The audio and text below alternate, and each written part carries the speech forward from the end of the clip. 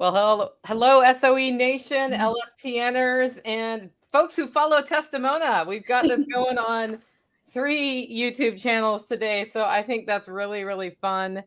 And it's kind of nice for me to have a girl on for once. Usually we have a bunch of boys in on this live feed, but Testimonia came to Self-Reliance Festival, and we got to talk a bit, and I was stoked because we had spoken via text before.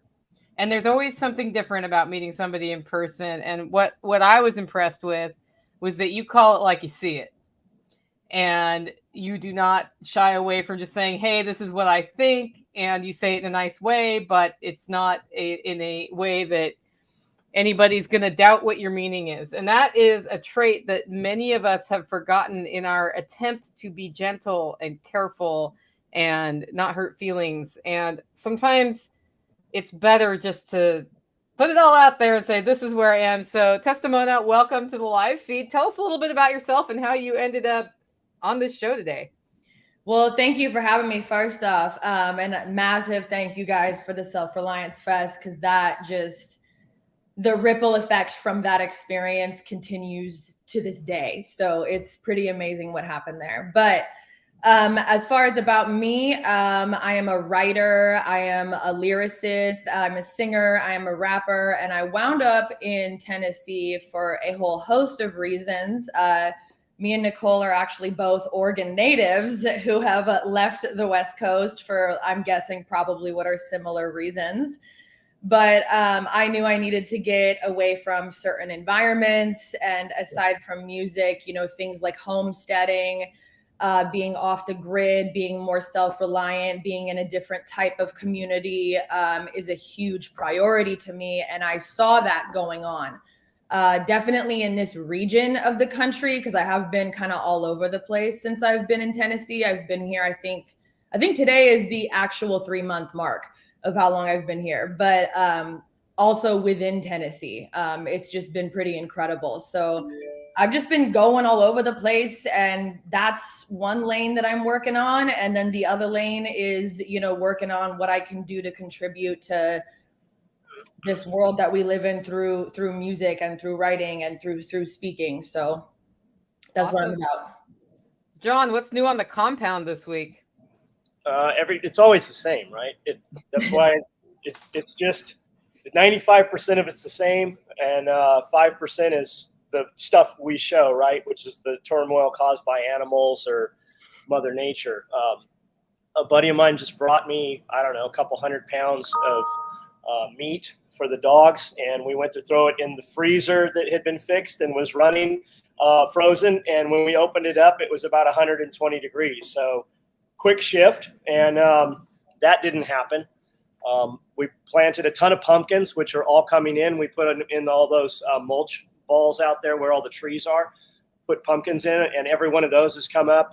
Everything's good. It all just looks the same every day, though. Good. We were just talking about freezers here, and Cool Bots are on their way to the hauler. Absolutely. Yeah, we're going to do a walk-in.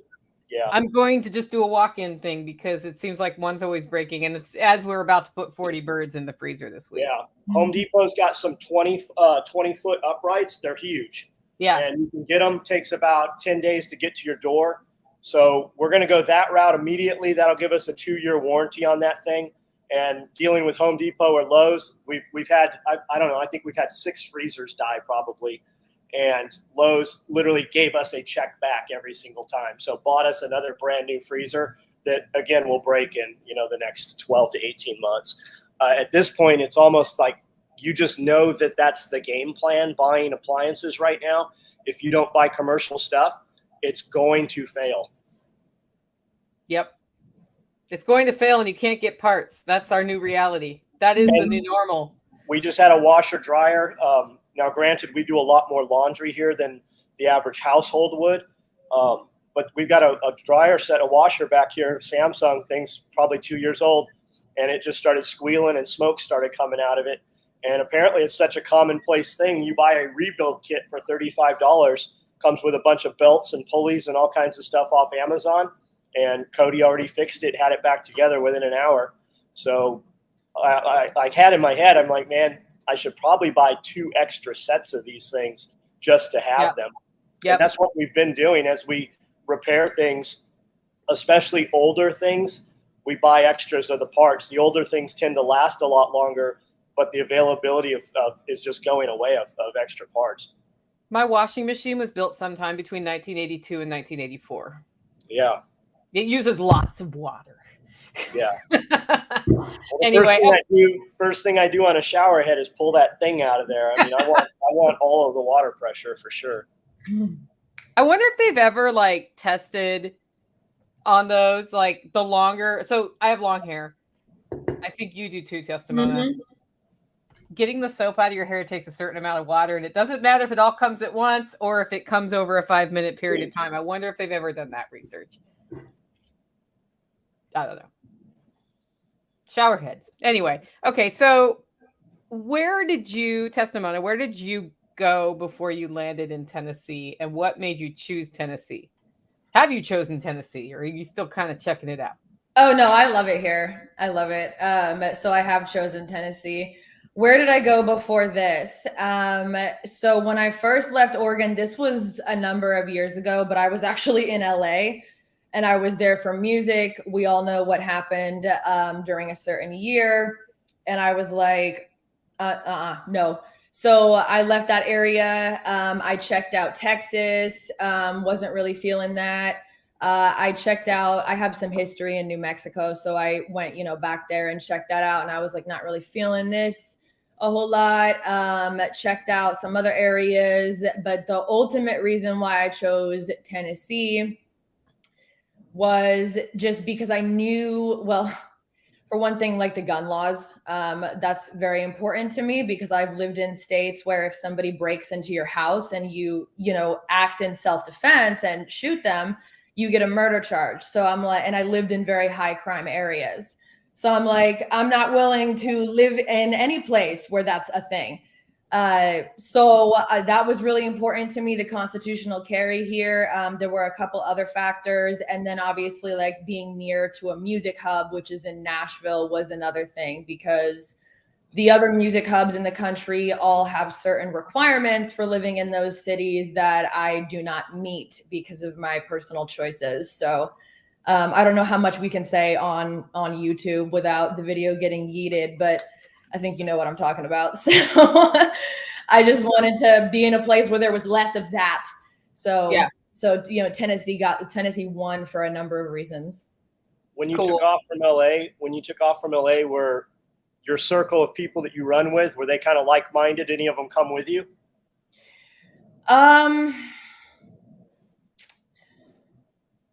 So they didn't come with me. One of them left also. Well, a lot of them left in the beginning because stuff got so crazy. Like some people, this was not on the news, which frustrated me a lot because I'm like, people are not actually seeing what's going on here. But a lot of what was going on during a lot of those protests, which turned into riots, which turned into it wasn't just looting of commercial businesses. Like people were breaking off and going into residential areas and throwing Molotov cocktails in people's apartments.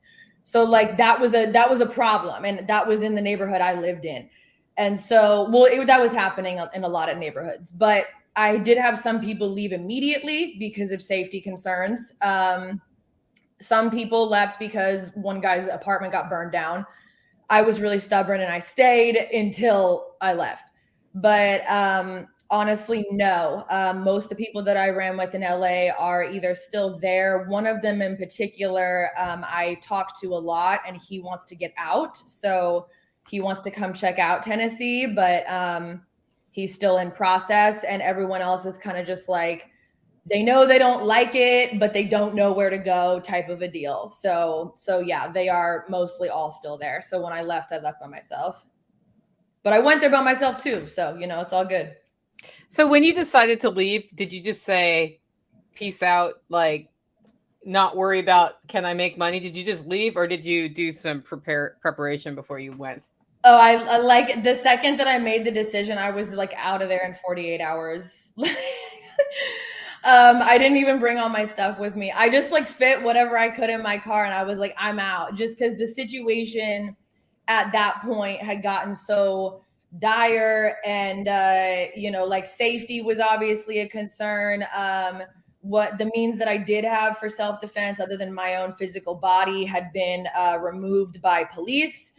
And, you know, there was just a lot going on in my neighborhood. I'm not sure how freely I can speak on this platform. You guys are going to have to let me know. But the situation had just gotten real intense. And I was like, you know how you just get that feeling over you where you're like, if I don't leave now, something bad, something worse is going to happen. So it happened very abruptly, because I did not think I would ever go back to Oregon, but it just kind of was like, you know what? I'm cutting my losses, and I'm going, and we're going to recalibrate and rethink this whole thing and kind of keep a pulse on the situation. Unfortunately, it went in the direction I was assuming it would. So I'm glad I didn't, you know, continue to stay. But yeah, it was pretty immediate. It was just like, I just blasted out of there. So John, how much can she say on your platform? I'm the most shadow banned channel there is. Like, okay. like he was muted for a week this year once. Yeah, no, I understand that. I do. Yeah, you can say it's not going to affect me any. Yeah, and if I were to lose my entire YouTube channel, even though it's just now starting to build, I don't care, because the majority of the people who follow me follow my audio podcast. So if you want to say something, it's your channel I'd worry about. My channel's already pretty burnt. So for like nothing. I mean, well, it's for something. But I've been dealing with problems with YouTube and Instagram and, you know, anything Meta for like over a year. Like, I still get emails from stuff I've posted a year ago where they're like, yeah, that's so yeah. So my channel is what it is. You know what I mean?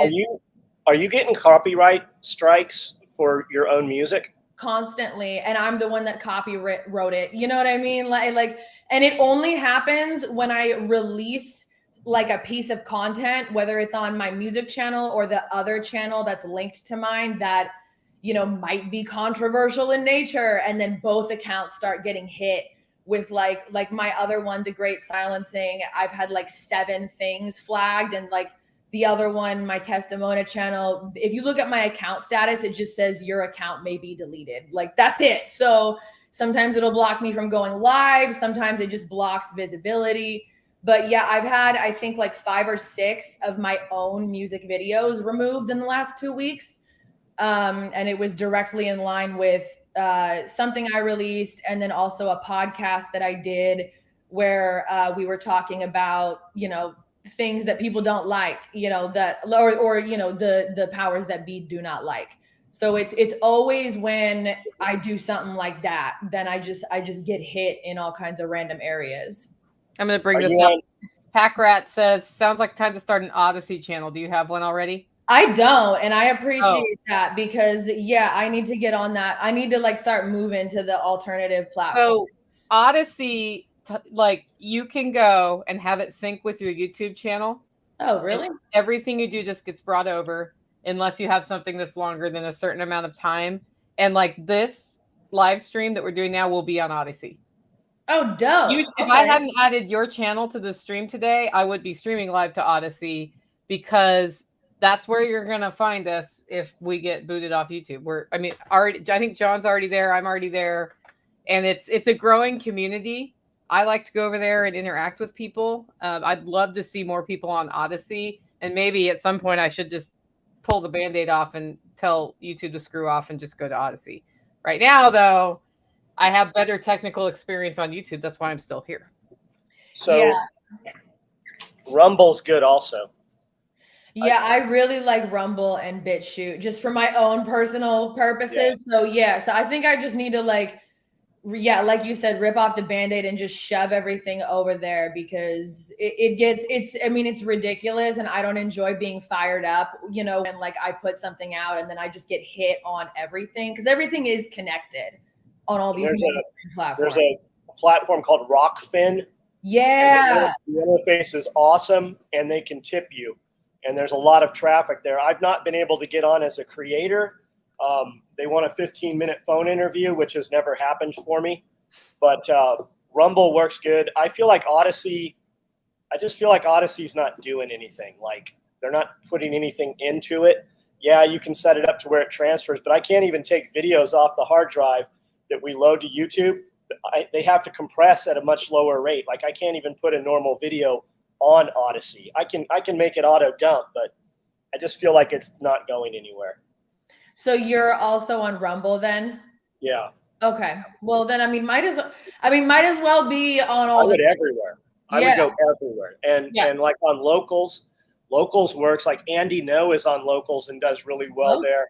There's a paywall, so you can hey, this video's here, but you have to pay to see it. And so I mean, you can kind of typically like your mad spammers and stuff. They're not going to pay 99 cents a week or a month or whatever to be able to see your content. So it's going to cut down a lot of the nonsense also. Yeah, which is helpful because I deal with that. I swear to God, they do this. I'm writing this down just because I've never heard of locals, but I swear they do this on purpose because I just noticed so much spam in my comments now on some of these platforms. And I'm like, that was not a thing like a few years ago. So where is this coming from? So we post 5 videos a day on YouTube, and immediately we get 4 comments. And it's these females talking in Spanish for the most part, posting live hyperlinks to porn channels. Like if you went on my channel and posted a link, it wouldn't make it a live active link. Somehow these guys are able to. They've got to be paying YouTube to be able to do it. And what we think is going on is we are so throttled back. Our numbers are not actually, like it says we have 27,000 followers. I've had 25,000 for the last 8 years. So my video guy thinks that we actually have a much greater number, and that's why they're targeting us so hard, because we're bigger than we think we are. Like I do a live feed and there'll be 40 people on there, and I'm like, hey, I'm going to get off of here, and I'll immediately get messages, and people are like, hey, we saw 200 on there. Hey, we saw 120 thumbs up, but you only saw 20. So it makes no sense whatsoever. Oh, whoa. Okay. So that, I've noticed some shady stuff from YouTube, like when I was releasing a bunch of music videos, they were coming after those. And one of them, like, okay, sure, I guess why you came after that one, but they hit my whole channel. Me, my friends, and my videographer, we have screenshots of all of this, but we watched it in real time. It was as soon as like I started dropping stuff after I had also been, conversating about controversial things against the narrative on mainstream platforms, already getting strikes, already getting bans, And we would watch a video hit like a certain number, and then like within an hour, it would be cut more than in half. And we would just watch, and it would go back up and then back down, back up and then back down. And my videographer was like, what are you doing? Like, what are you into? I'm like, nothing, nothing. I just say my opinion. But he's like, honestly, like if I wouldn't be watching this in real time, I would say that you were lying, because I've never even seen this before. Then they were trying to just get me to delete my YouTube channel. And I'm like, well, no.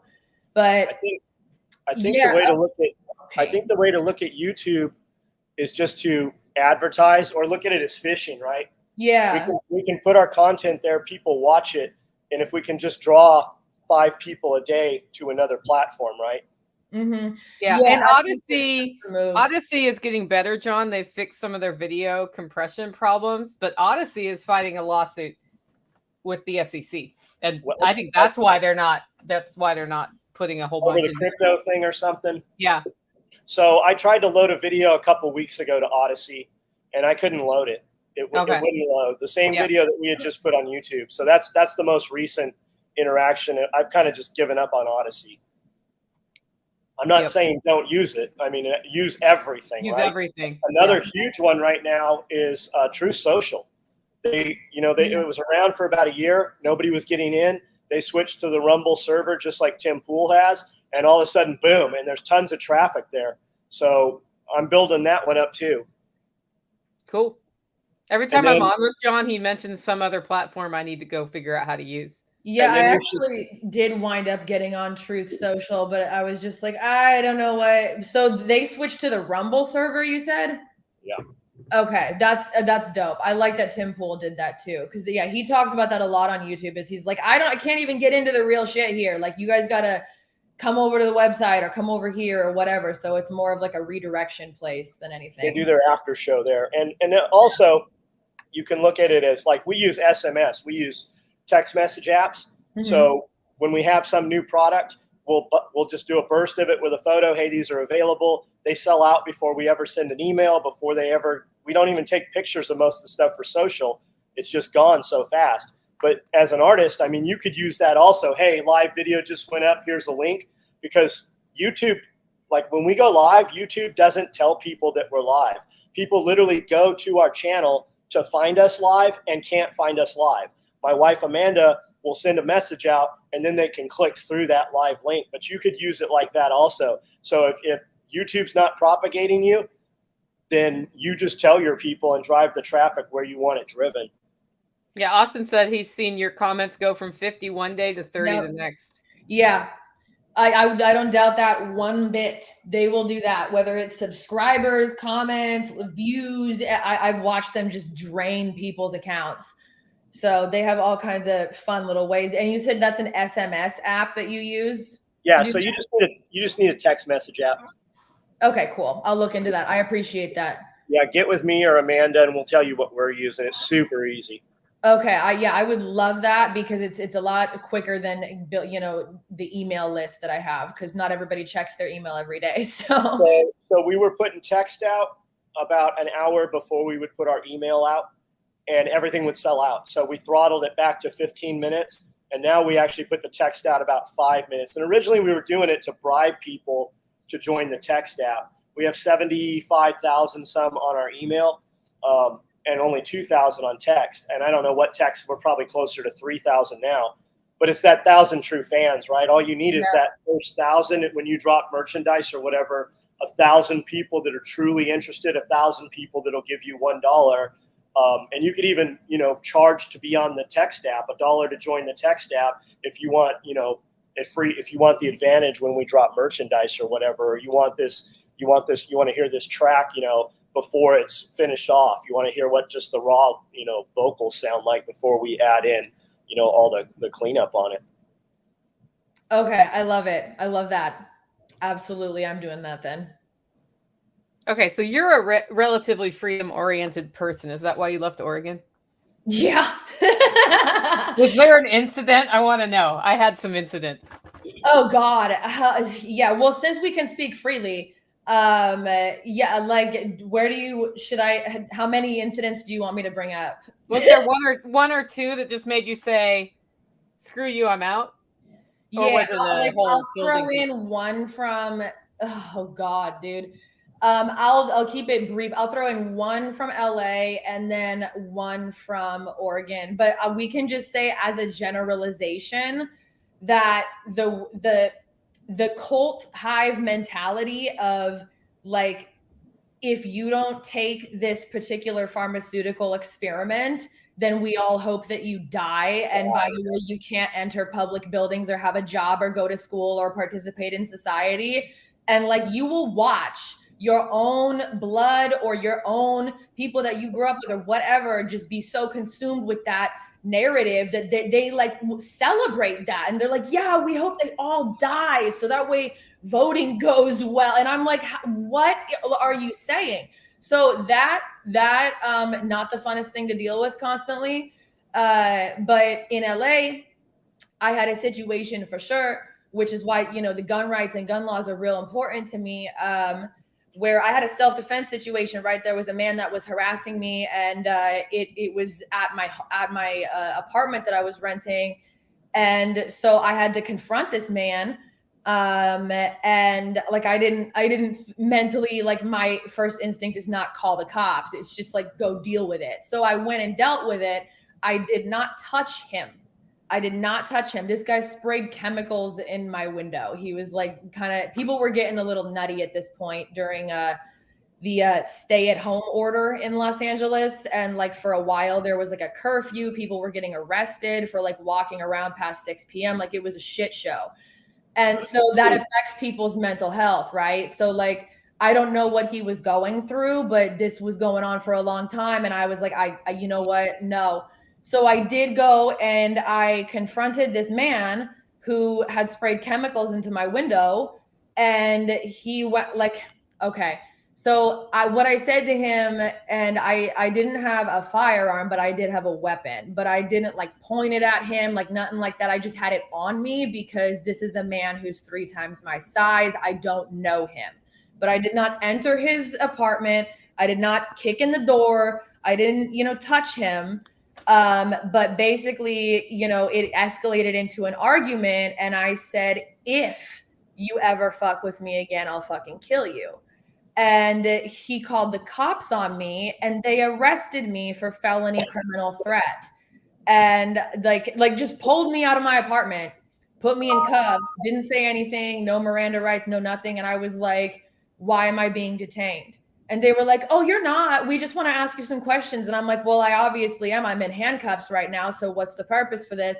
They're like, we're just going to take you and ask you some questions. And I was like, all right, now's the time when I stop talking. So I stopped talking at that point, went down to the station, went into LA County Jail for a minute for words that I said. Like literally, this man was not touched.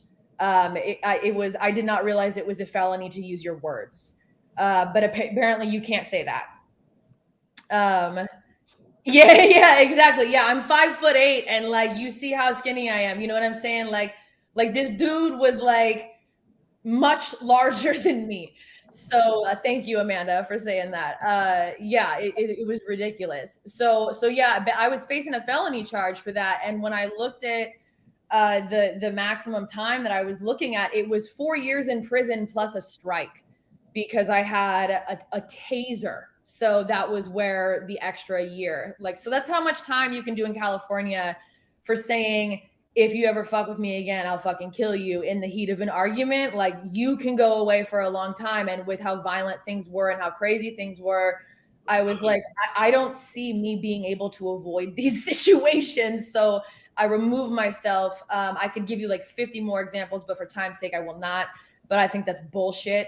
I think that people should be able to defend themselves and not get like locked up without, knowing anything. But, I know how cops work. And so I just didn't say anything when I got arrested, and I just waited till I was released to deal with it. And that lasted 6 months. So that was that. And then the Oregon stuff, it's literally everything. I mean, just the hive mind of like everybody and just this cult of fear and how kind of celebrated you are. Like the more scared and hysterical you are, the more like, good for you. Like, no, I don't want to be around that. No. And also the whole like wishing death on people who haven't participated in the experiment. I'm not cool with that. And like, that's going to cause conflict. And that is widely celebrated there, like all over the place. And so, and like, it's just everywhere. And then, needing to have it in order to participate in society as a musician, also like, good luck doing shows if you don't have the thing, if you don't have your papers. So I'm like, I'm not trying to be in that kind of environment. Like, there's no way you're pressuring me into participating in something I don't want to do. So I'm going to go ahead and move to an area where they're not acting like this, because that's just the way that it is over there. So those are 2 examples. I tried to be short, but that's not my strong suit. Oh no, I mean, we're just listening. I have not been back to California since 2020 fall. Mm-hmm.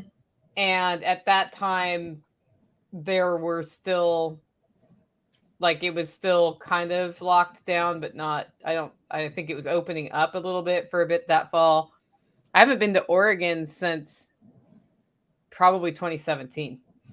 Ooh, so a hot minute. Yeah, it's changed a lot, man.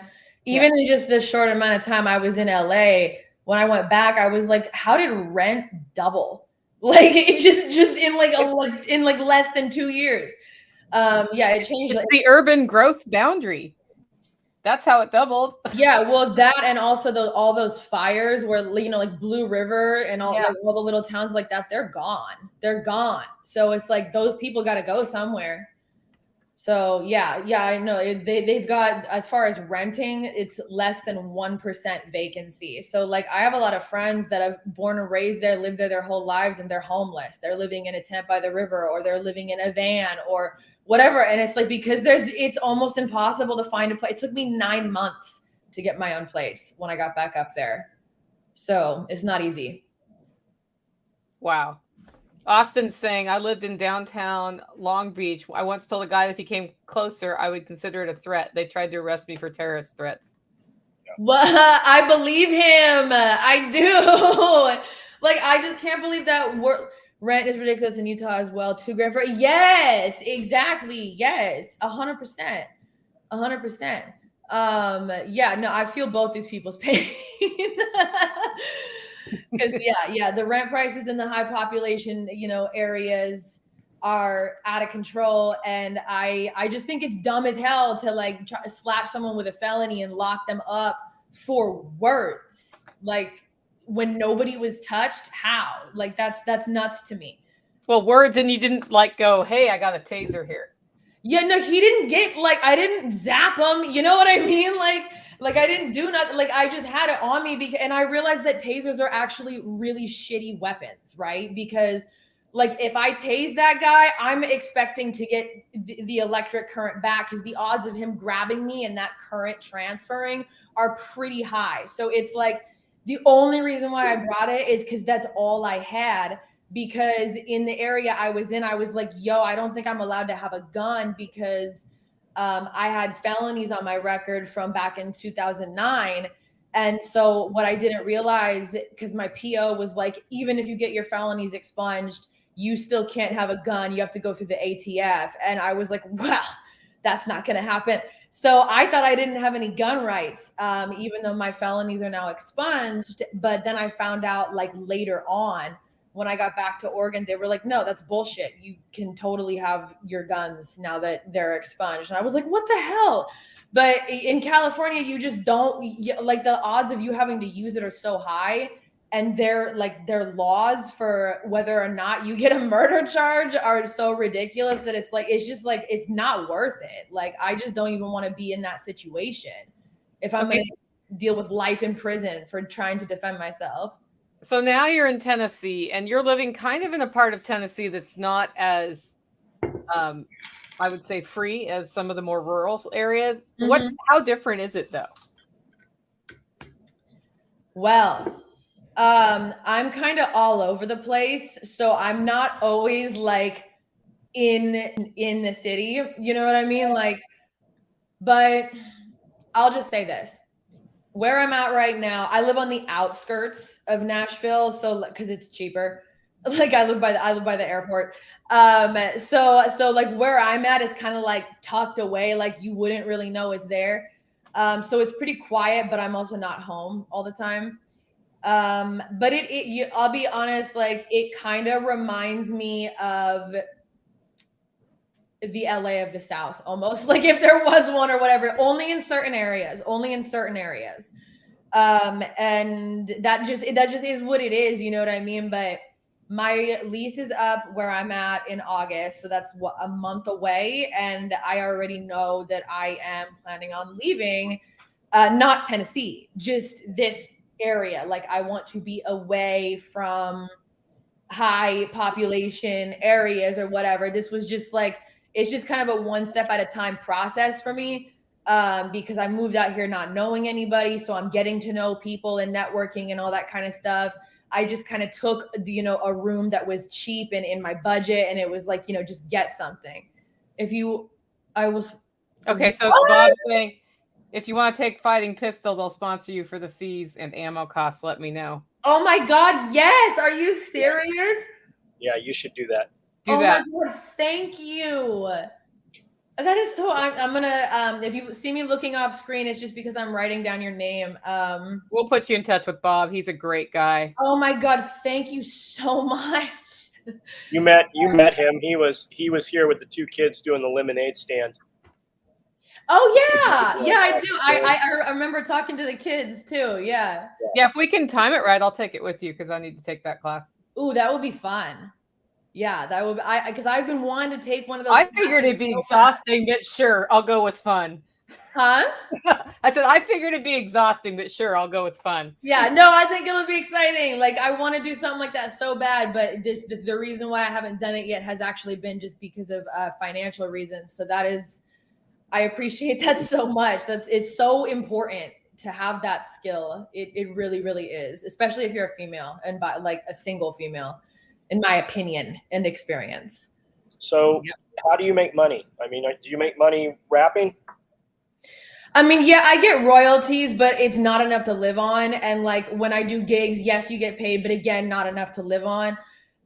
So the way that I make money, like I'm a gig worker, I'm a brand ambassador, and then I also I drive for Uber and Grubhub. So it's nothing glamorous, but I just do what I do, and it's enough to pay the bills and like pay the rent and then have some extra money. Like this last weekend, I just got done doing a gig at like a NASCAR race or whatever. I was working for some CBD and THC edible company. It's like just there's so much gig work out here that it's easy. It's like I'm constantly getting hit up like, hey, do you want to work this event? Hey, do you want to work this thing? Hey.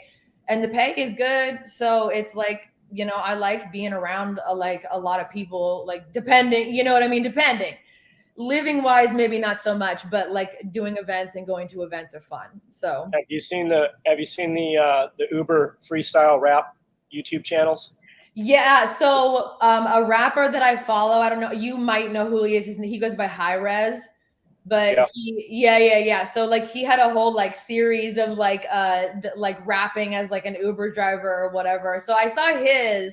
I didn't see the other ones, but I typically do Uber Eats and Grubhub because I just have this thing where I'm like, as an Uber driver, I would be a little uneasy with having a stranger sitting behind me. Like I just don't like that, you know. So I don't know. Like I might start doing it and just do it during the day and not at night, but we'll see. Yeah, Roadie lets you deliver stuff too. ROADIE. Oh, really? Yeah, I signed up with them. I have never done one delivery. I almost did one once, but because I had usually in the winter, it's a little slower here. And I was like, I'll just fill it in with Roadie. And then things got really busy in the winter and I didn't. But that's another one that you don't have somebody riding with you. And they do a lot of pharmaceutical deliveries. Oh, okay. Which isn't like they do things that need the truck or whatever. But, you know, somebody will need their medicine within an hour. And the fees just go up and up and up for those. Oh, just I love that. As an aside. Yeah. Yeah, thank you. I don't mind that one bit. I really, really don't. So, I mean, I like it. I like not having to get my wages taxed and getting paid immediately. And I like not, you know, just being on my own schedule and not having a boss. I mean, I enjoy that. So, you know, gives me freedom to do other projects as well. Yeah, 30-day review says get an old cop car with a cage. I'm not sure that's the look Uber's going for. Yeah, dude. I think somebody might be on this. Oh my God. One of my friends is trying to get on this YouTube and it won't let her comment, or she's having problems logging on. Okay, I don't know. So there's something weird going on with YouTube. But yeah, that would be hilarious if somebody like got the Uber and it's an old cop car. I just feel like in downtown Nashville, people would just be like, get away from me. I say just go all in, get a hearse. Yeah. Or just like back there. Like that limo glass where I'm like, you can't get to me, like I can't hear you, like just get back. If you're gonna puke, like I'm just gonna put plastic over everything, you know. So we'll see. I'm always thinking of new ways to generate both, you know, passive income is the most ideal, or to monetize, you know, things I actually love doing. So it's a process. So do you do live performance? I do. Yeah. It's been a minute since I have, have I performed out here yet? I mean, what does it take for an event like, I don't know, Self-Reliance Festival to book you? What does it take? Well, I'm on board to do that. Cause we talked about that like when I was out there, right? Yeah, I've listened to some of your music on YouTube. I love it. Really? Well, thanks. Yeah. I know she's all shocked. What? Well, it does sometimes surprise me because you never know who's gonna like that style. But I'm also in the middle of like two huge projects right now, and they are going to have a different sound. So it's like there was a pivot, there was a life event that contributed to that. But that's like really intense and something I'm working on every day. And then also this happened at Self-Reliance Fest. I linked with some of the people out there. I won't say their name right now. Well, we can say it, when it's out, but they, let's just say somebody has a YouTube channel and they need like custom music done for them or whatever. So I was like, well, like I'll do it, I guess. And so that turned into a thing. So it's exciting, but yeah, I know you never know like who's gonna like it and who doesn't. So that's dope. Well, yeah. And I'd like to see for Self-Reliance Festival that we get some live music of different styles. Yeah. The thing about me and liking music is I don't like all music, but I like most different. I like a lot of different styles of music. I have a background studying music, and it was funny today. I get on Facebook. The professor that I studied under, it was his second year when I started, retired. This means I'm old, right? He just retired from teaching, and I was like, that guy saved my life, because this is something we don't talk about in the freedom world much. Like we talk a lot about analytically, like talking about things with emotion put aside to find a solution that's not based on emotion and all of these things, which is a great way to do the world. But there are times in our lives where a cascade or an avalanche of emotion is just what hits us. We're humans. We have emotion. And if we disconnect from the creative outlets by being so analytical, it actually can hurt us. And I like because you and I share a love of music, I'm like, music has saved my life more than one time when I was facing a lot of heavy stuff. And if I hadn't spent the time learning that creative outlet, I wonder how well I would have managed some of the things in my life. And I'm sure you're the same way. And it's important to take control of our mental health as well as our physical health, and being able to provide medical support and self-defense and food and all of those things. There's like, creativity should just be a bucket of its own.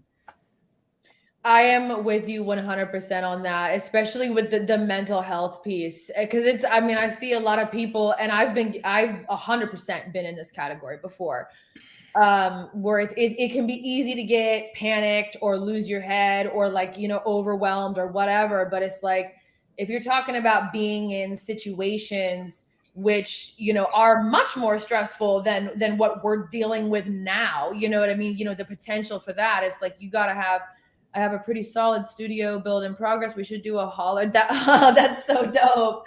I love that. Yeah, keep going. I didn't mean for you to read that out loud. I was just flashing it up. Oh, I was just looking. Yeah, I read things out loud so when I'm talking. Sorry. I like the Aaron guy. I don't know if he's a troll or where this guy came from. Okay, so Aaron doesn't understand what fascism is, but tries to argue with us about what fascism is. And Aaron's agenda is to be a troll and to further socialistic, tyrannical solutions and to frame us as racists. So, was that the guy that was in your Telegram that one? Yeah. So, and he's been on the feed a few times, and I'm like, do I boot him or just let him just get his panties? It amazes me the effort and time that people spend trying to be involved in something that they disagree with or don't like. Imagine how their life would be if he just went and did some shit that he liked. And really, I think he's probably just a very lonely fucking little dude. And this is his way of getting attention. He really wants to be involved in this community. And he really doesn't believe the bullshit he spouts, but he gets more energy from us than he would if he went and spouted that someplace where he actually fit in or belonged. Yep. There are people that do enjoy feeding off of like stirring shit up or causing conflict or negativity or whatever. I don't understand that. I really don't like that shit. I think it's a huge waste of energy, but some people like they live for it. So that is a thing. Yeah, I remember seeing that in your chat though. You handled that so well, by the way.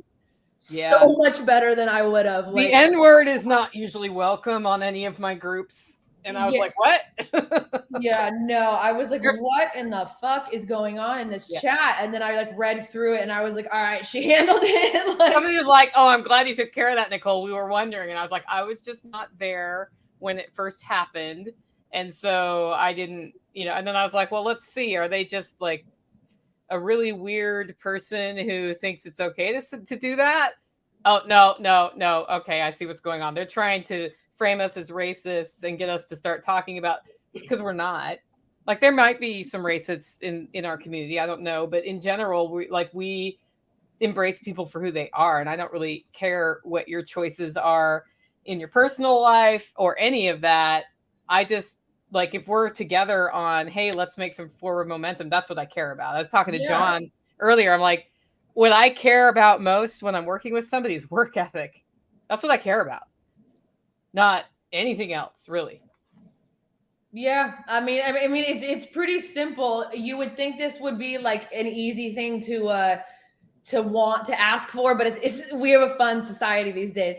But yeah, it's just like, don't be a fucking asshole. Like, don't. And yeah, if you're working with somebody, like, consistency, do what you say you're gonna do, and work ethic, 100%. Like, there's somebody that I listen to that always says, let your yes mean yes and your no mean no. And I'm like, thank you. Yes. That drives me nuts. You talking about Bear? Yes, I am talking about him. Yeah, I really, really enjoy his live streams. Yeah, and if you say yes and realize you can't, just tell me.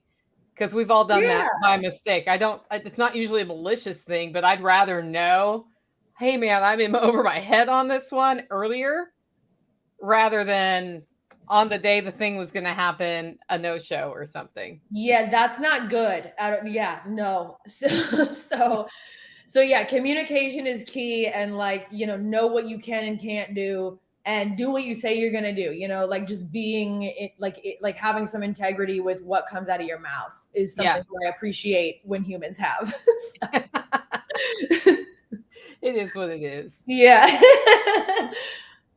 Yeah, humans are messy. I think it's funny because so we have a community here called the Holler Neighbors, and we're all we kind of call it the island of misfit toys. Like, we all are kind of weird, and we support each other though. And stuff goes on in our lives that could cause high drama sometimes. And that is true of every person. But one of the things that keeps us together as a community is we don't let the drama happen. When somebody's feelings are hurt, which happens when you are around people, they may not say it right then, but they'll be like, hey man, that hurt me. And this is what I'd like to see different next time. And just that alone is, I think, why for years we've been able to, work together on projects. We're also fairly introverted, so we all have our own homes. And when we go to our own homes and say we want to be alone, nobody's upset or thinks they did something wrong. It's just like, hey, need my alone time for tonight. Like, everybody go do whatever you do over in your house, But there are a lot of people who try to stir up drama, and then they get mad and they do a hair flip on the way out, which totally just happened. So there you go. Oh, it did. We got the hair flip, John. Lord.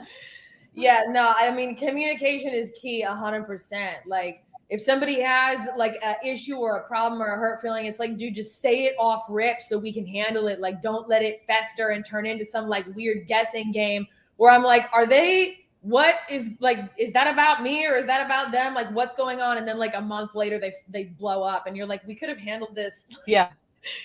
Wait. You could have told me that you didn't like cheese on your hamburger and we would have just made it without cheese, man. It would have been fine. Yeah, exactly. Yeah. So yeah, open communication, which again does boil down to like, people's mental states, their mental health. And like, I do agree that having a creative outlet, because I believe every human is an artist. We all have different mediums, right? But I think everybody is. And we're told that we're not. And that's such a fucking lie. Everybody is. And so having that kind of outlet, it does something for your soul. You become more of who you are, if that makes sense. It's imperative, I think, for people to tap into. Yeah, I look at people in our network and they are all highly creative, and some of them just don't realize it. Exactly. I'll be like, hey, I made this thing, and you're like, that's beautiful, the thing you just made, but they're very analytical and not creative at all. Or, John's creative for sure. He's being quiet. John's like, I mean, I am absolutely the best. I am the best at what I do, for sure. Yeah. Well, yeah, I mean, like I've seen the videos that you've made and stuff like that. I wish I could have seen those peacock videos that you were talking about at SRF, where it sounded like there was a series of you trying to catch. Oh yeah, so they're there. I've got over 3,500 videos on YouTube. Oh, Good okay. luck. So I can. I'll have to do a deep creep for like, where's the bird? Yeah, good luck finding those. As the owner of the channel, I can't even find half my shit. Oh no. What you need to do is get this crowdsourced. If only people who listened to you and loved you would just put together a list of links so that you could put together the playlist of the Peacock videos. Wouldn't that be cool? We just set up memberships. Like, we go live and we have no clue who's there or not. People get on and they're like, hey, I couldn't comment. And we see comments days later. They're like, hey, I watched this live and I couldn't even participate in it. So I think by doing the membership thing, that will give them, maybe that'll push a link to where they can actually get in. But setting up the memberships, like I had set up a live last night from the computer and I can't access it from the iPad or the phone when it's set up from the computer, and I can't access from a device. I can't set up a future video. I don't know how to do it, or it won't do it. So I don't know. Do you use StreamYard? No, I only do it on the one. StreamYard would probably It'll let you do that. That's because I've been playing with YouTube Live with the Garden 30, and I went through StreamYard yesterday, and my whole world was better. What I need is I could see the comments too. They didn't just like flash up and disappear. I need an engineer. Like I think the capacity to do a much larger show is there. Yeah. I just need somebody to do all the bullshit where I just show up and, okay, let's go. Here we are. Yeah. So somebody out there is hearing this going, I could be that engineer. Mm-hmm. Maybe you could. Maybe you should reach out. Just don't annoy him, because then you won't be that engineer. Yeah, my human resources department is, hey, come here, you're fired. Sometimes that's better. It keeps it simpler for sure. Yep. Yeah, it's kind of funny how the going live. So I think I might know why people can't comment on your stuff, John. Oh, okay. No, I do. I just now saw the comments. Okay. Yeah. Oh, you figured out where to see all of them? Yeah. Okay. Yeah. Because one of my friends, I see her in the chat now, but she texted me and she was like, she's like, it's not letting me comment like or get in. Yeah. So when John goes live, Amanda will post, hey, he's live, and she'll put a link on all social platforms. If you see that link on Facebook and you click on it, it does this weird like Facebook, YouTube thing where you're still on Facebook watching the YouTube feed. If you do it that way, you cannot comment. And half the time, Facebook doesn't let John go live, so he doesn't go live on Facebook much anymore. So if what you do is you take that link and then say, open this in the YouTube app, then you can comment. Got it.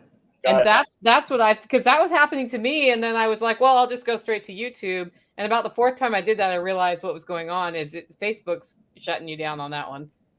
It's somehow how it interacts with YouTube. So do you think you need to build two separate audiences now? Like, you've got your music, obviously, and I assume that's why most people started following you, that you have. And now you're talking about freedom and prepping. And I mean, with the music that you do, I would think it would cross just fine, right, for the most part. Mm-hmm. But do you think you should divide those, or do you think you should mash those up? And do you feel like you're losing people from that? I have definitely lost a lot of people from that. And my account is just super fucked from the amount of strikes that I've gotten. for doing that on the music channel. But at the same time, I'm like, well, if I'm going to lose people for that, like, that's fine, because don't listen to my shit then, because I might lose people, but I'll also like attract the people that are interested in that. So for me, I'm like, you know, it might be a loss like immediately, but it's like, it's just a number. Like if somebody doesn't want to hear me talking about that type of stuff, then they should not listen to my music, because I'm not gonna, you know, I'm not gonna censor myself for somebody else's comfort level. I'm not interested in that. But the reason why I had to do like separate accounts, like having one be the great silencing for like more, I hate using this term, like I think we talked about that at SRF, but like more like truther shit or red pill shit, whatever, like truth seeking stuff, blogs, whatever. I had to keep them separate because my music account was getting so hammered that it was literally on its last leg. If you say one more thing, we are removing your account. So I'm like, all right, I'll just make another one. Now that account has like 1 million strikes on it, and who knows? So yeah, it is probably time to like move to other platforms, but I did have to keep them. I keep them separated, but still on the Testimonia account, I'm not like it's not a surprise of like, you know what I mean? Like that I do that. But I did have to keep them separated just because of the amount that I was getting like censored and flagged and stuff like that. I tried getting around that, but really that was only a quick fix. So we'll see where it goes, especially when one of the 2 albums I'm working on drops, because that's going to be very in line with all of this. So authenticity. Yes. Right. My authenticity is worth more than your sensitivity. Mm-hmm. Do you find that? So I watched a bunch of videos last night, and a lot of guys are saying, hey, when I go live on my YouTube, it totally trashes the algorithm on our uploaded videos. So a lot of guys are saying set up separate channels, like Timcast has Timcast IRL, right, for their lives. Mm-hmm. But when you set up a new channel, you can't go live until you have, I think, 5,000 followers. I think it is 1,000. So we need to, yeah, we need to split our channels too, and we have a few others. We haven't really pushed them yet. I think it's maybe 100 or a lower number to go live, and then in order to be able to go live on a device, which makes it 9,000 times easier, is a different number. Got it. Maybe it's monetization. It's 1,000, and then monetization is that plus a certain number of watch hours and all that. Yeah, the monetization for sure, because my YouTube will let me go live, and I don't even have 1,000 subs on my channel, because I just now started posting consistently to it like a few weeks ago. Otherwise, it was just music videos, and now it's a lot more than that. So let's talk about that, guys. She does not have 1,000 subscribers on her Tesstamona, Tesstamona channel, but she could, if when you see this video, you go there and you hit subscribe and the bell button. Just throwing that out there. You get a lot more flexibility once you get that 1,000 number. Yeah, that is true. Yeah, then you can actually talk to a person if they yank your stuff too. They won't let you otherwise. Are you doing 41? You're doing 41 new songs right now. Is that what I saw? Yeah, but oh, thank you, Margot. I am so these happen on accident. So now it's 42. But yes. Yeah, I'm doing that. So I like to put out like a little vlog to give like some behind the scenes context to like, okay, today we're doing this one. Okay, today we're doing that one, you know, da da da. One of them is not included in that because it's like a commissioned project and it's not, you know, it has to do with somebody else. And I don't know if they want me talking about it, but everything else, yeah. Yeah, I am. So in how long? How long what? How long are you giving yourself to finish 41 tracks or 41 songs? The end of summer. Okay. The end of summer. I want it ready by fall. I mean, like one of the albums in particular, it's like, you know, I want to rush it, but I don't want to rush it because it is a tribute to my former fiance who died in October.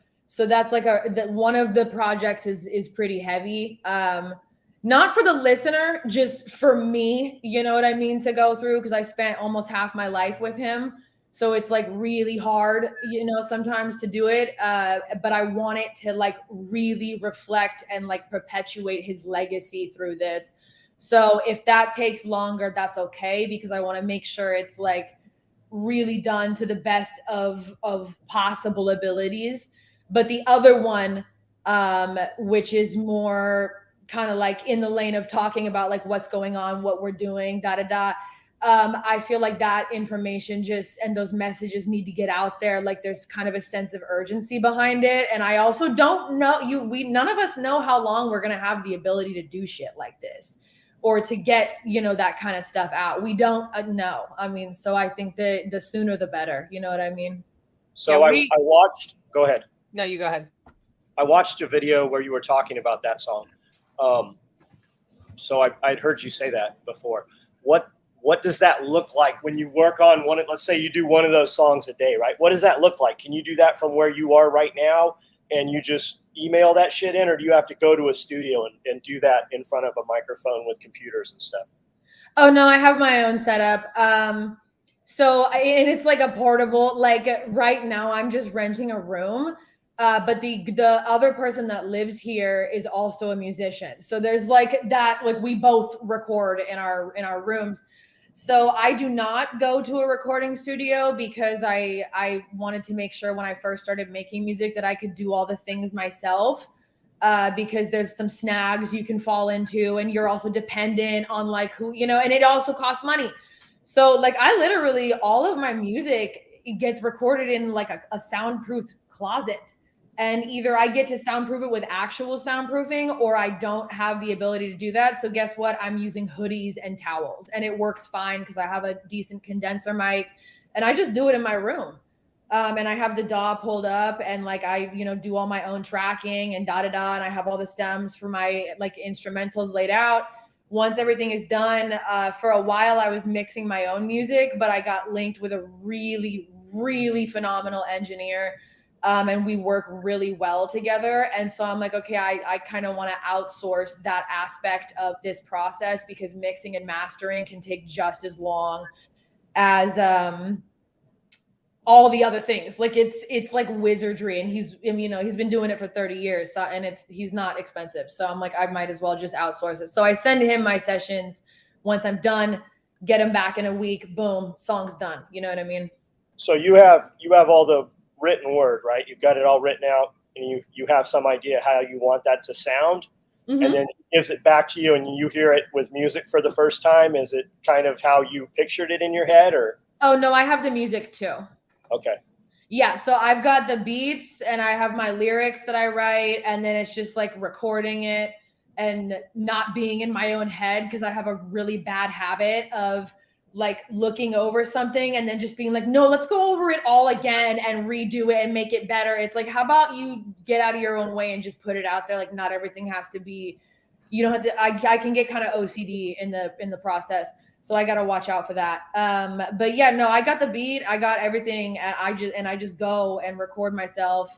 And then when it's time to just get like mixed and mastered, at this point I am working with an engineer, and he does that.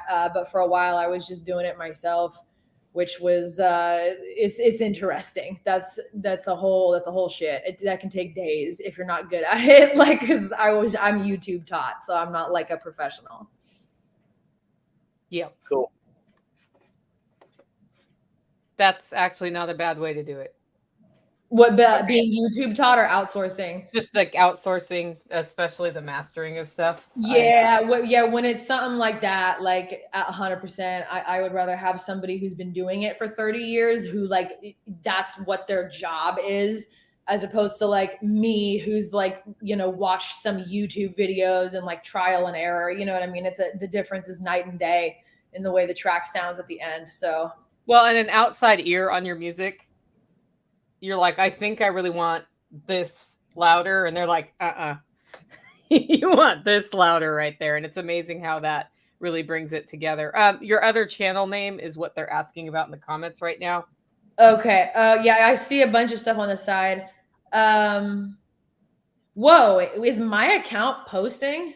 When I post Oh, I was like, why is my guys? It's not Tesstamona posting. That's me.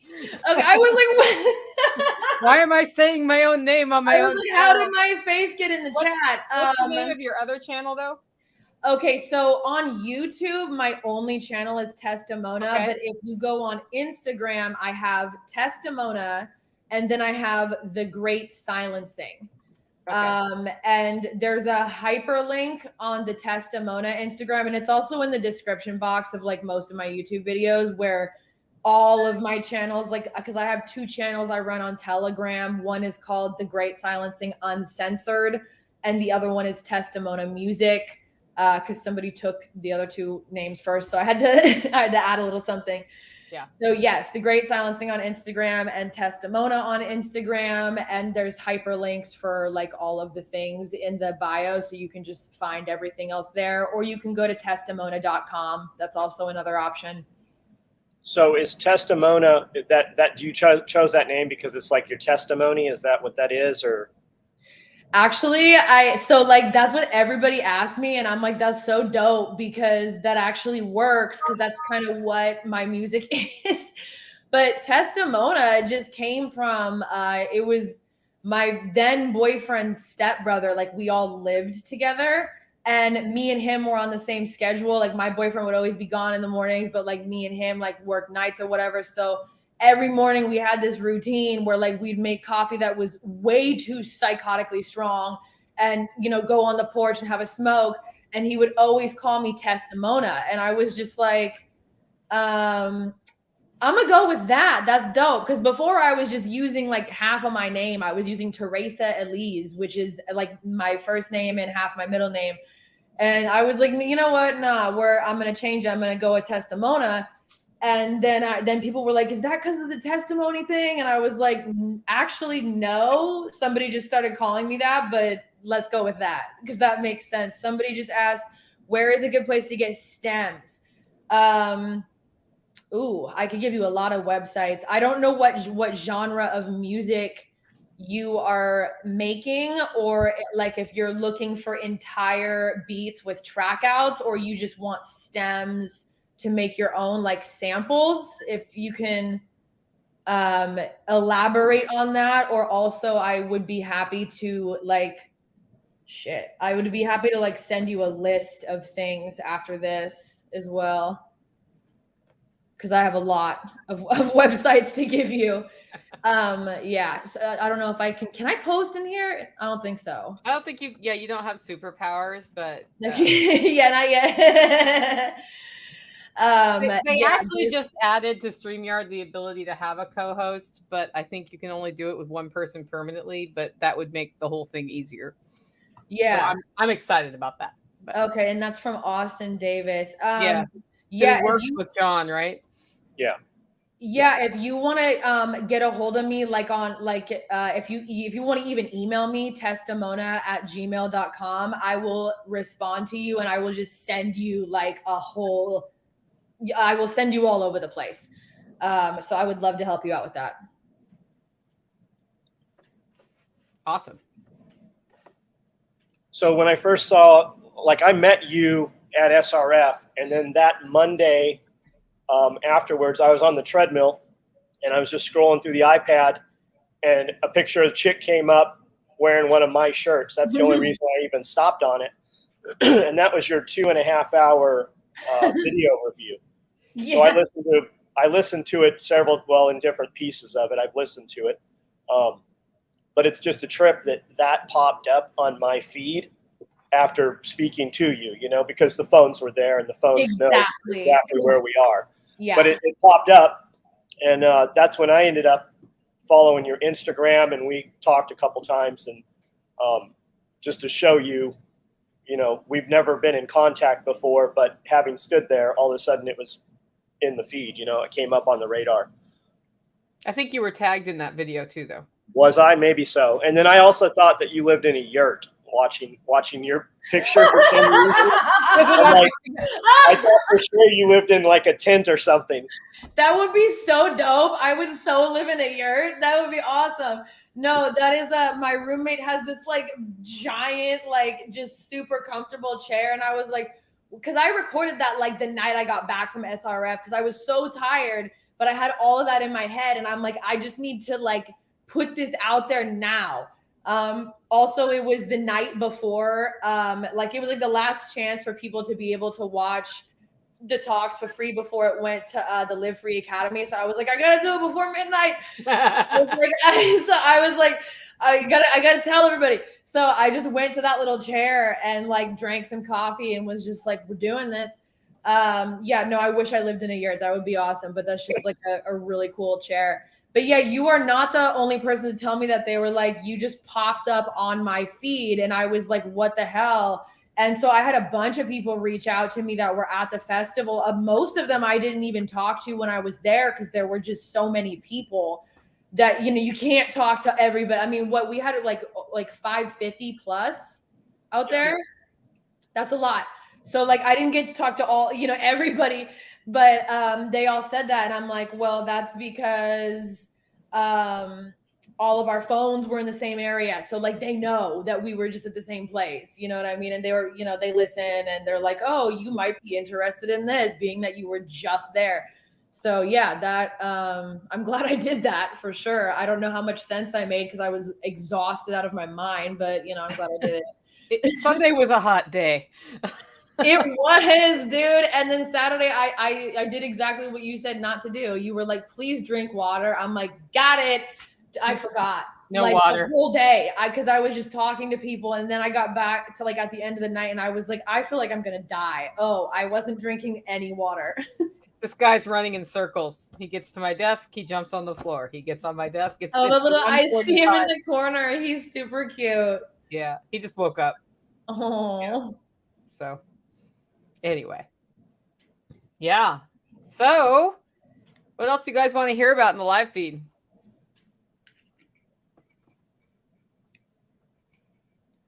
A badass chick decides to take control of her life by leaving a situation where she is not allowed to defend herself without being potentially charged with a felony, which kind of sucks. So she's like, I see the writing on the wall. I'm going to get my ass out to another state where that is not the case.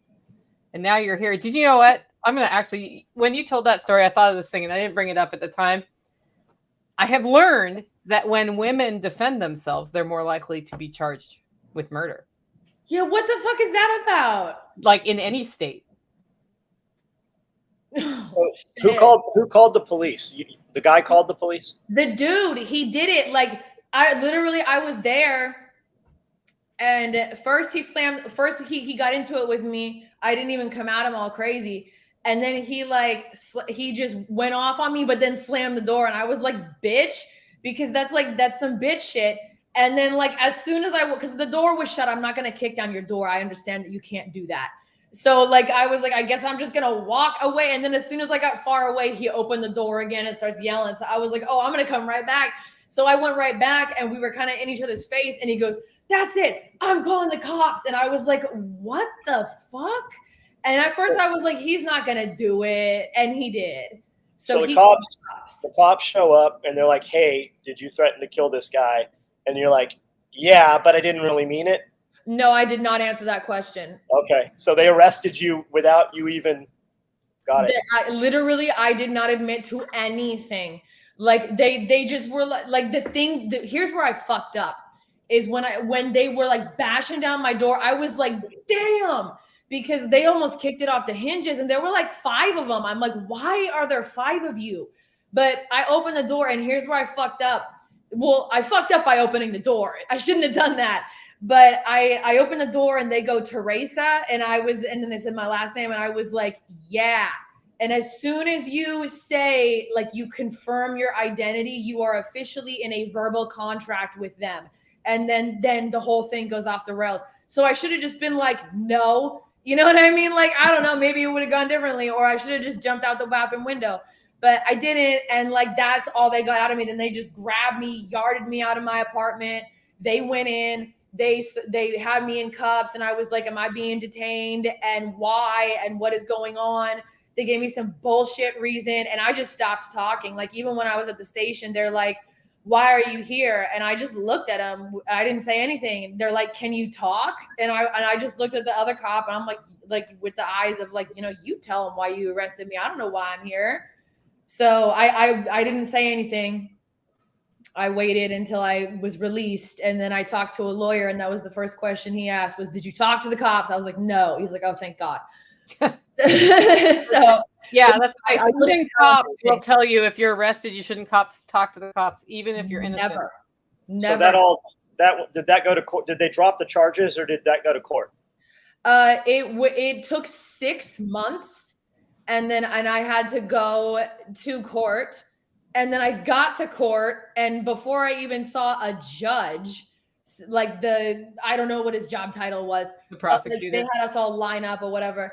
And like it was like they were playing duck, duck, goose with everyone in line. Like they were just letting people go. They were like, the DA's rejected your case, you're free to go. But in my head, I'm like, man, they're lucky, but that's not going to be me. Because my lawyer told me, he's like, I don't think you're going to get away with this, like with nothing. Like you're probably going to get like probation or like some shit, but you're not going to get nothing.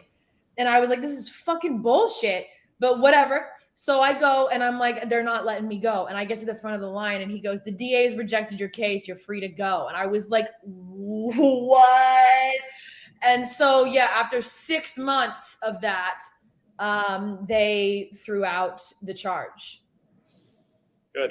So luckily I do not have a felony criminal threat on my record from 2020, but yeah, that whole thing was just bullshit. And I'm like, I really could have done without like 6 months of like dealing with bail bonds and like the jail and the courts and, all the bullshit, but best, whatever. I didn't have to go to prison over it, cause I could have. Which is crazy. It's absurd. Yeah. Yeah. Yeah. I think it's hard when you think our criminal justice system works to learn that it does not work at all. And no. Like, I don't know if you've ever been to the Innocence Project website, like their whole mission is to get people out of prison who were wrongfully convicted. And in many times it's knowingly by the prosecutors who are looking for good numbers so that, the DA gets reelected. And when you start seeing all that corruption, you're like, damn, in theory, this system should work. Like when you talk about it in school, it seems like it'll work. And I think it's hard because people hear that and then they're like, okay, now what do we do? Yeah, with the actual criminal problems, right? Yeah, because there are. I mean, and that's what blew my mind about that time period in LA is they were letting actual murderers and rapists out of prison under the excuse of there's a pandemic and da-da-da. And I'm like, cool. But like, then you're arresting people like me that are trying to defend themselves. I was in my apartment. I wasn't doing nothing. Like I wasn't out trying to cause trouble. So I'm like, y'all have the resources to like put me in jail and do all that bullshit for nothing. But you're letting people that are like actual rapists and murderers out on the street. And then you wonder why the murder rate goes up by 300%. So, I mean, I have my theories, but it was a shit show. And I've dealt with the criminal justice system many times in my life. They have not been positive experiences. So I just try to avoid getting, hemmed up by the legal kidnappers, because that's basically what they are to me. It's like, I'm if they show up, I'm not trying to go with them. So well, you're absolutely right. I mean, that's exactly what it's about. It's the same thing with division of family, put women on welfare, drive the man out of the house, give him child support that he can't pay, put him in the system so that he's always in the system. Mm-hmm. It's about having everybody cataloged in the system. Yes. And then once they're in there, I mean, when you're on probation, you have laws that only apply to you because you're on probation. Somebody not on probation doesn't have those same laws, right? And it's about keeping them in the system. It's about like when federal prison system, they pay people 43 cents a day, but then they turn out, product. And then the people that use the federal product from the system have to actually pay more than retail, and they have government contracts. It's just it's modern day slavery. is just really what it is, and it's all by design, just to keep you on the system. Yeah, somebody's saying, how do we explain that to people who think it still works? Yeah, well, that's an important comment. And then the one right after, what? But I guess let's just get to let's get to Chelsea's first. But yeah, how do we explain that to people who still think it works? In my experience, if like they listen to our personal experience with the criminal justice system, or other people that have dealt with it, like, look, like somebody said, literally ran for 2 years from an ex who dealt for the judge. Yeah, that's real shit. That's 100%. I have stories I could go off about for like hours that some of them don't even involve me, but involve friends. But it's like, you know, I could go off. But if they don't get it, like my kind of experience with humans that just aren't willing to hear stuff is, it's like, all right, I guess you'll just hear it whenever you're ready, but for whatever reason you have a block. So like I honestly think that in some situations you can't. Or like maybe a few years later they come around and you're like, yeah, dude, I've been saying that like since we've known each other. You know, so I don't know. That is a great question. And I feel like with some people, they just don't want to hear it. And if they don't want to, then I don't know that there's any way of getting around that, but maybe they have some ideas. I view this the same way I view children and sex education.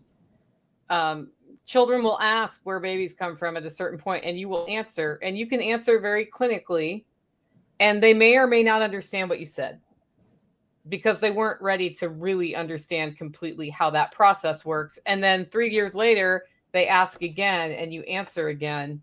And they're like, oh, I get it now, because they are more mature and ready to take on that information. I think it's the same for any of these things. Like, we can smack people and wake them up. We can tell the story, we can tease it, but until they are open to hear the answer, they're going to hear what they're ready to hear.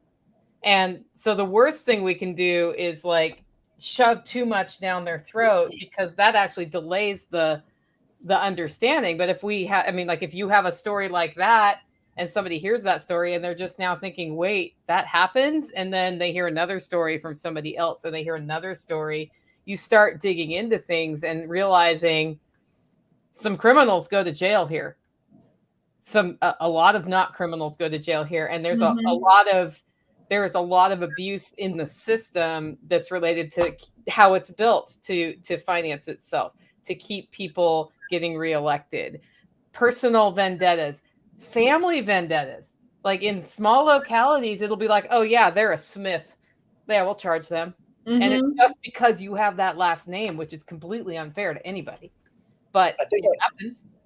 I think a lot of people asking that question are asking that question because they have somebody that they're hoping they can change the mind of. And whether it be an ex, or, you know, we have a lady comes here and she's like, I'm a prepper and my husband's not on board. You know, how do I get him on board? What do we do? I'm just kind of the opinion now. I mean, I'm 50, right?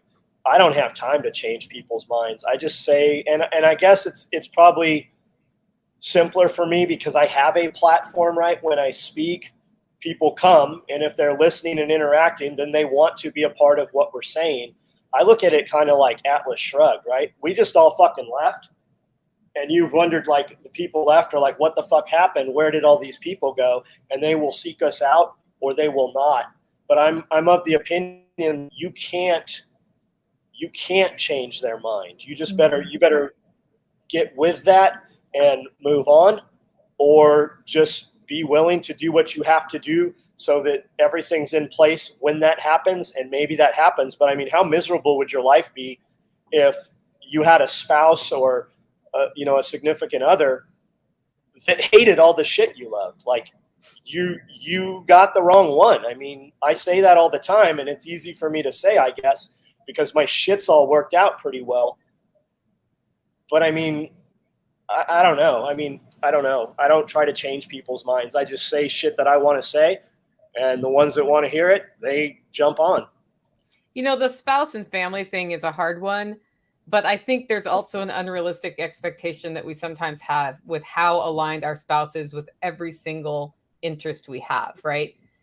for me, it would be enough that they stay out of my way and are kind of like, that's cute what you do, or I'll help you because I see the stability ramification of how it makes our life better.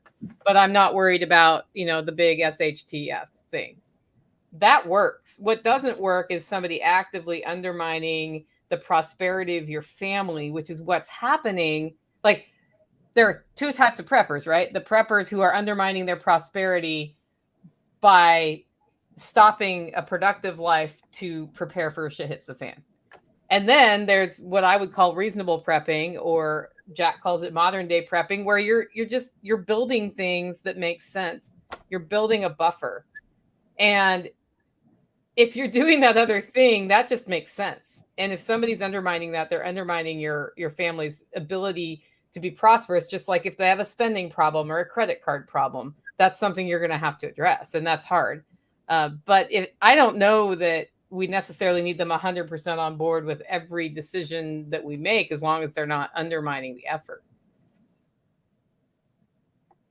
Yeah, that is true. I noticed that sometimes people slowly start to catch on when you are not trying, but you're just like public about what you do, and they kind of take notice. And then like I'm observing that right now with kind of some people close to me that that would be dope if we were all on board. We could not normally be farther apart, but I'm like seeing that happen now. Or like I had one of my friends text me the other day, and the person was like, have you heard of this? And I'm like, bro, I've been talking about that for years. Like, what? Like, but they just caught on though. So like, that's dope. And like, I didn't have to shove it down their throat or whatever. So I don't know, like everybody kind of comes around at everyone's on their own journey, and some people just like their emotional, mental, spiritual bandwidth can't handle certain realities. So they want to stick to, the narrative that they're most used to. And if you try to pull someone away from that, you can get some pretty bad reactions. Like think about waking someone up when they're sleeping, you know what I mean? Like, and how like irritated they could get. Like, what the fuck do you like? Oh, leave me alone. You know what I mean? Like you can get that. So I don't know. I mean, that is a really hard one for sure. It's interesting because my family, I'm probably the most preppy of the family, and I don't mean like collared shirt preppy. But they've had things happen while they're in California, wildfires, happened, power went out. The first thing my sister thought to ask about, she called me because she knows I do preppy stuff. She said, what if the water stops? Mm-hmm. And I said, this is how you store water. And then I shut up. She'll take the next. I mean, she now has a deep pantry and all sorts of stuff, but it was having an experience where something that usually works doesn't work gets people over to that mindset. And I think it's the same thing with the criminal justice system. If you know somebody personally, they didn't do it, and something completely unfair happens to them in the system, you start seeing more and more examples of that. I think the stories really bring it home for people, especially when they know the person's not lying. Yeah. 100%. So I don't know. I think it's different for everybody, but I understand people's frustrations because I have spent so much of my energy trying to convince people or get them to see what's literally right in front of their face. And it's like talking to a brick wall or an attack dog with like Stockholm syndrome. And I'm just like, what the fuck is this? And so I was like, why am I spending my energy doing this? Like, this is going absolutely nowhere. So I just stopped. And I'm like, I got to focus on my own life right now, my own survival and like my own solutions. Like I can't, if they're either on board or they're not, like what, whatever. So that is a tough one though. I empathize with everybody that is in that situation. And then there's lead by example, which is what John Willis does. Mm-hmm. Yeah. Like, I'm building all this stuff. I have a backup plan. If suddenly I can't source supplies, we're going to start producing food here as fast as we can, because that's how my employees stay employed. And then he does it and he shows you, and you can actually come see it. And you're like, I think that gets a lot of people on board, where they're like, whoa, this is one dude who's started to do all this stuff. And then all these people are around him, and then more stuff can be done. It's like a force multiplier. And then he does well in business. So he has a skid steer, which is apparently what we need in the hauler, but is what it is. I think the leading by example is a big deal. yeah, you need a tractor of some sort. I think the lead by example, for the most part, in the last year, everything that's been done, I did myself. People come and they want to assist and they want to help, and I really kind of keep people at bay because they don't last, right? I don't want a friendship. I don't want a relationship. I don't hang out. Like, I really mean those things, right? I don't fucking hang out. And when people come help, we can easily scale to another level. And then when I'm done with them, I just can't take it anymore, or they fizzle away or whatever, I have all these things started that I can't manage. So it's a double-edged sword, right? I need people to come do this, but typically when people come do that, they see the dude and they want to be friends, right? They want to sing Kumbaya and fucking smoke cigars on the weekend or do whatever it is they think that I do. And I don't. I do things and I do things and I do things and I do things literally until I fucking fall asleep. And me doing things is not hanging out doing non-progressive shit. So it's hard for me to utilize people, right? So I just do it myself. And then, John, what would happen if you took Amanda to the beach for a beach vacation to sit on chairs with umbrellas and drink margaritas? I'd fall asleep. I mean, Would she even go? No, I wouldn't go. I lived on the beach. The beach came in my fucking house. I lived so much on the beach. I don't miss the beach. No, I don't go on vacations. Like, we have these conversations all the time. Dudes are like, hey, I'm coming to your place when whatever happens. I'm like, well, you should probably fucking that vacation you took to Italy, you probably should have fucking bought some food and a tiny house and put it someplace close here, because you're not fucking coming here. Because in the last fucking 20 years since I've been home from prison, I haven't taken a single fucking vacation, not one. And people constantly, they want to be like, guys come in here and they tell Amanda that you need a vacation or you need to take some time off. Like, I had a vacation at Lompoc for 22 fucking months. I know what having nothing looks like, and I know what rebuilding everything from nothing looks like. Like, I feel like people say that because they want something different in their life. And rather than put forth the effort and the work to get what they want, they feel like they can try to pull other people back. And I think you just have to stay clear of them. I think that I really believe when I say everybody's contagious. So be careful who you're around, because you're going to catch something. I think that's why I kind of keep people at bay. Like, I don't have a whole lot of friends. I have a few acquaintances. I think a lot of people are very uncareful about that word, right?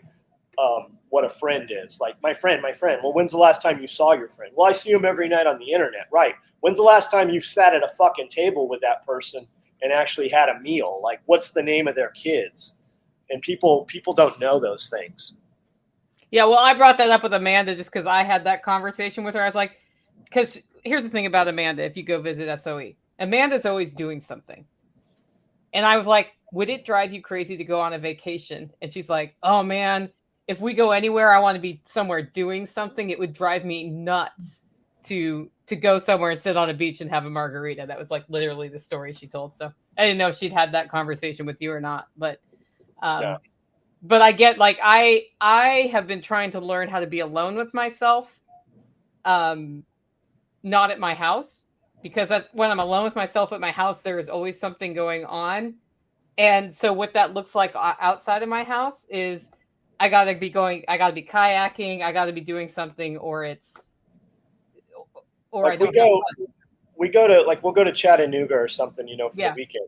Mm-hmm. But it's constant. Like, other than we sleep really hard, wake up, get breakfast, and then boom, boom, boom, boom. Like, we have destinations that we want to hit, right?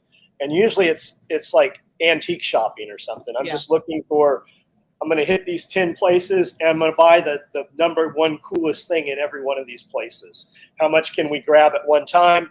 What can we show content wise? And like, when we come back from a weekend out, we're 10 times more tired being gone than we were had we just stayed here. Yep. I like what Amanda said in the comments. People take vacations because they need a break from their reality. We don't need that. I like that a lot. That's dope. So we lived in California. Like everybody in California, we said we need to get out of California. Mm-hmm. And we did. and we moved here, and like literally just leaving California, our money tripled. When we drove across the border from California to Arizona, we stopped and bought fireworks at a gas station and lit the fireworks off at the gas station, right? You'd go to jail for that in California. You'd go to jail just for having fireworks. When we got to Tennessee, we drove out to the range, James Yeager's range, TAC Response, and my 6-year-old son fired 2 machine guns for the first time, and our daughter, she fired machine guns, and even Sebastian fired machine guns. I mean, like literally the first 30 minutes that we were in town, my kids are shooting machine guns. Like we have everything that we wanted. We can do everything that we wanted to do that you couldn't do. Like we do things every week here that you would literally get arrested in California for. Like the police came to my house because we had tomato plants in the front yard. The police came to my house because we had a chainsaw and we're chainsawing firewood in the front yard. Like the police were constantly being called, so much so that the police came over and he's like, hey, it's the lady 1 street over that keeps calling on you, right? Some homeowners association thing. Like the cops got so tired of it. None of that shit happens here. Nothing like that happens here. I have enough property that I can stay on this property for 2-3 weeks, never leave the property, and not see another person. Like things are really good here. It's really good. Yeah, nobody called the cops when you had 550 of your closest friends over to visit the other weekend. Yeah, I mean, when we light this burn pile off, you can see it from 2 miles away from the bridge. The first time we went and told the fire department, I'm like, hey, I need a burn permit. They're like, you don't need a burn permit. I'm like, it's pretty big. You might want to come look. And it does. Every time we light it, it dries out the leaves on the trees and it catches the forest on fire every single time. But they don't care. Like we have a bunch of machine guns come in. I shoot machine guns out back. We'll have tons of shit going on. Nobody cares here. Like, unless there's a problem, like call us when there's a problem. That's what they tell us. And there were no problems. Something I was impressed with, I actually haven't talked about this, but I'm really proud of everybody at Self-Reliance Festival. We came to John's. There were a lot of us. There was a lot of potential for garbage to be dropped on the ground everywhere. When we left, it was cleaner than any other former Self-Reliance Festival I've ever seen. And it wasn't because everybody picked up their own trash, because sometimes you drop things and you don't notice. It's because people were actively picking up trash the whole time.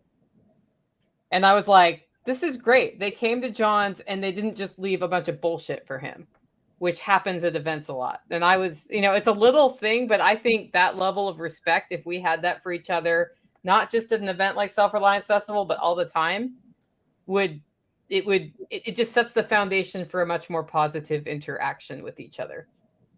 30-day review says burn more often. That won't happen. What you don't understand is I do it on purpose. Everything I do, my guys will be like, hey, why are we doing this way? We could do it so much easier.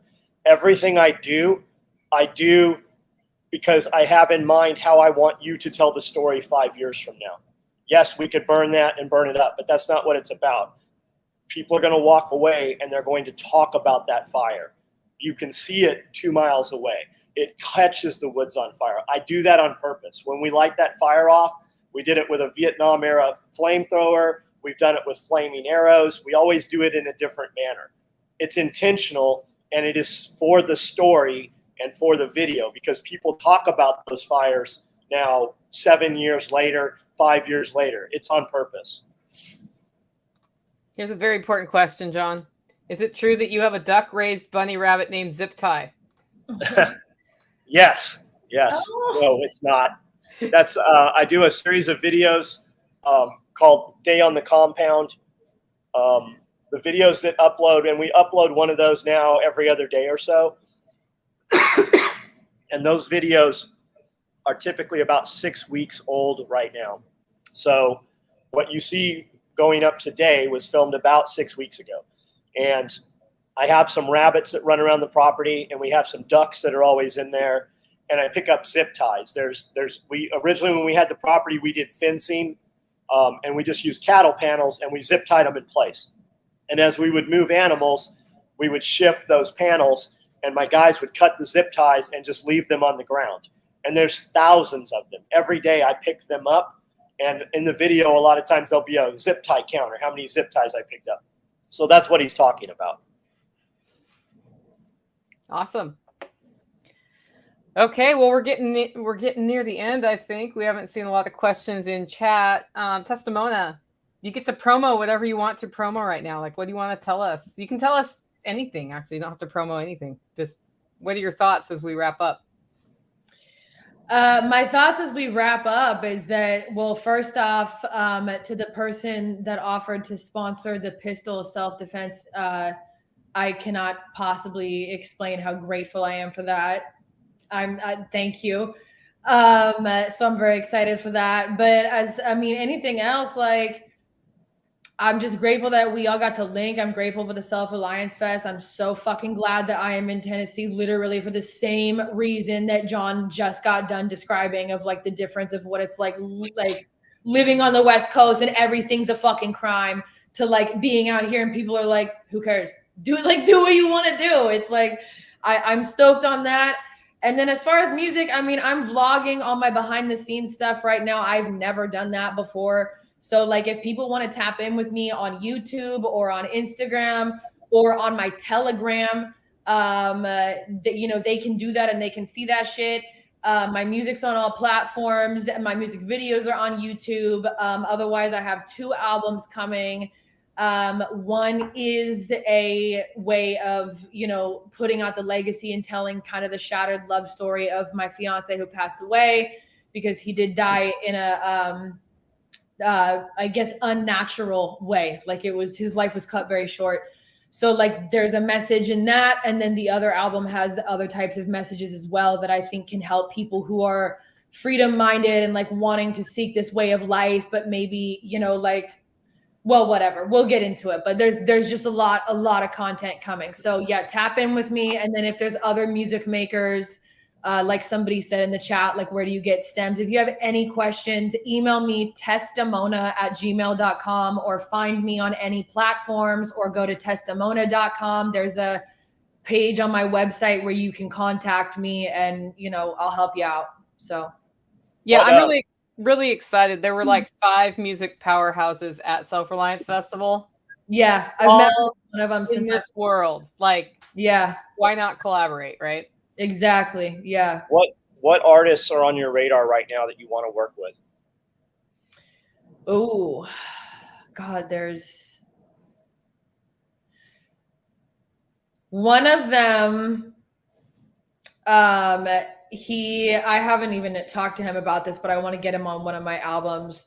On the one about Dylan, I don't think I'm bringing anybody onto that album, but the other one, he goes by the name of Rhyme Wave. Thank you, Margot. I really appreciate you. And the next SRF is what, in October, you guys? Yeah. Okay. We'll get to that in a second. Okay. So Rhyme Wave, he's on the West Coast, but he's like fucking incredible. Like such a good lyricist and completely in line with everything that we're all trying to do. So he's great. For him, without a doubt. And then like another artist that I would just love to collaborate with, like as far as dream collab, would be like NF. I really like Jelly Roll. I really like Struggle Jennings. I think Ryan Upchurch is hella dope. Ultimate dream collab would be Immortal Technique for sure. And then there's some female artists as well. Like I think Fifi Dobson is amazing. I love her. But Immortal Technique would be amazing, or like someone like Payday Monsanto, but I nobody can find out where he is at the moment, so I don't know. Tom McDonald.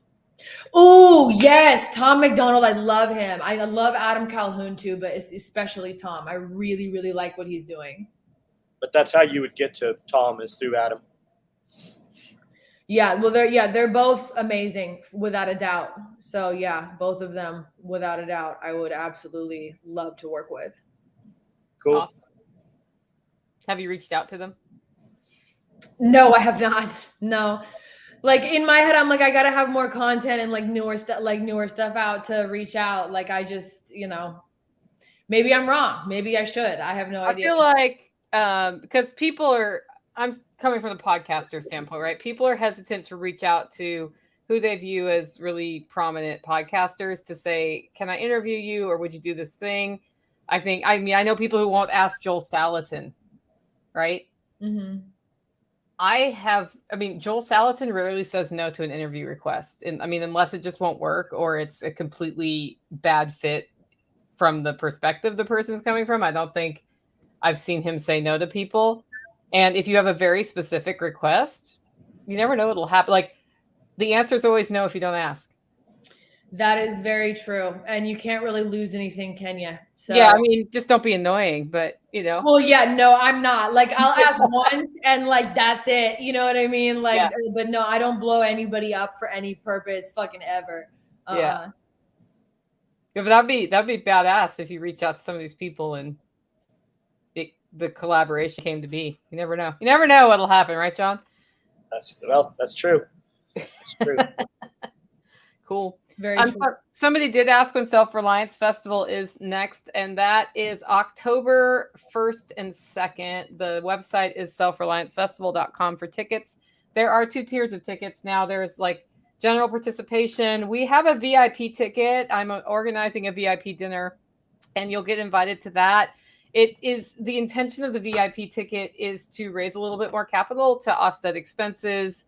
And we don't know what else goes with that ticket, but some other stuff will happen. I'm just meeting with the team right now to figure it out.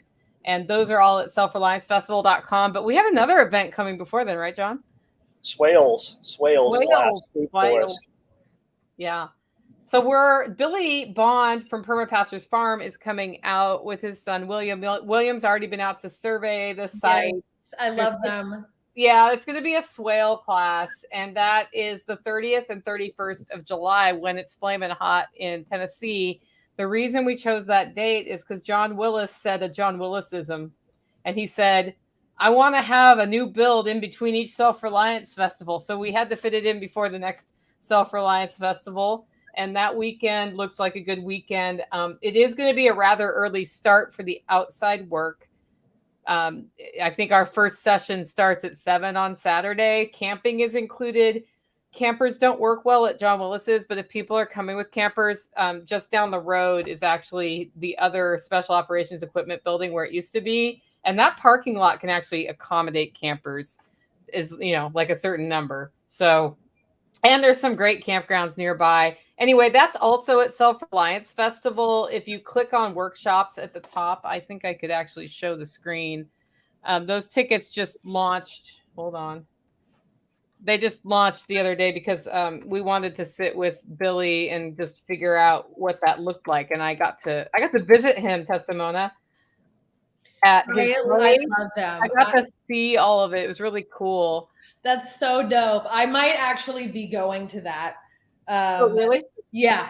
I talked to Billy about that. I want to say like 2 weeks ago or something. Yeah, cool. They're amazing. I love them. Yeah. So this is on Self-Reliance Festival. You'll see to the right of tickets, it says workshops. If you click on that, that's the swale workshop. $197 includes breakfast and lunch both days and camping. So we'll be talking about what is a swale, when to install a swale, very importantly, when not to install a swale, how to lay out a swale. We'll show you how to put them in, how to dig them, and then how you would plan planting of the swale. I think it's going to be a really cool workshop, and that's of course in Camden, Tennessee. People keep asking me, when are you going to do something not in Camden, Tennessee for John Willis? And the answer is never.